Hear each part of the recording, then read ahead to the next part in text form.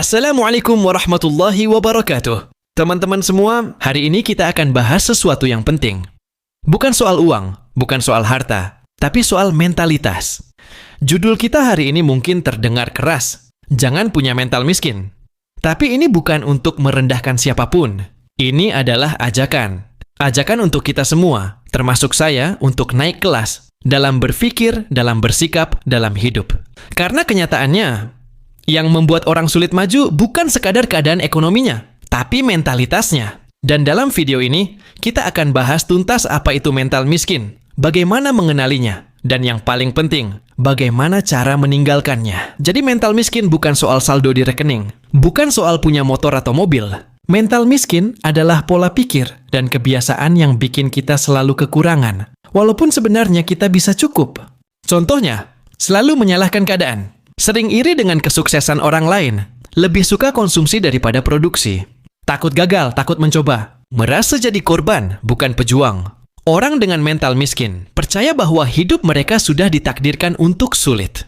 Mereka pasrah, tapi bukan pasrah yang berserah pada Tuhan, melainkan pasrah yang menyerah pada keadaan. Mari kita lihat beberapa ciri-ciri mental miskin. Mungkin kita tidak sadar kita punya beberapa di antaranya. Yang pertama sering dilakukan mencari hiburan, bukan solusi. Punya masalah keuangan, bukannya cari jalan keluar, malah cari pelarian, main game, rebahan, nonton drama, atau nongkrong.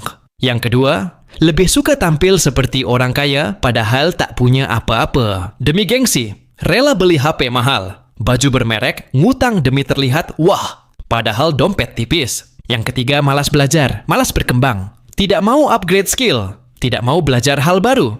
Katanya, udah tua. Padahal belajar itu nggak kenal usia. Yang keempat, suka menunda. Nanti aja. Besok aku mulai nabung. Minggu depan mulai usaha. Tapi minggu depannya itu nggak pernah ada. Yang terakhir, kelima. Terus sibuk ngomongin orang.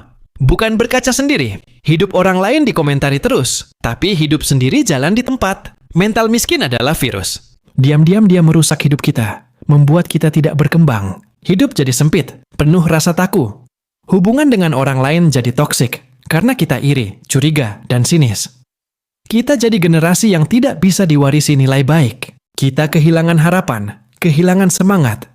Dan yang paling bahaya, kita menularkan pola pikir itu ke anak-anak kita. Teman-teman, kita harus bedakan ya. Orang miskin secara ekonomi bukan berarti dia punya mental miskin.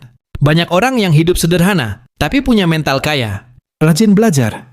Jujur, disiplin, bersyukur tapi juga terus berusaha. Nggak suka ngeluh, tapi suka berbenah. Lanjut part 2.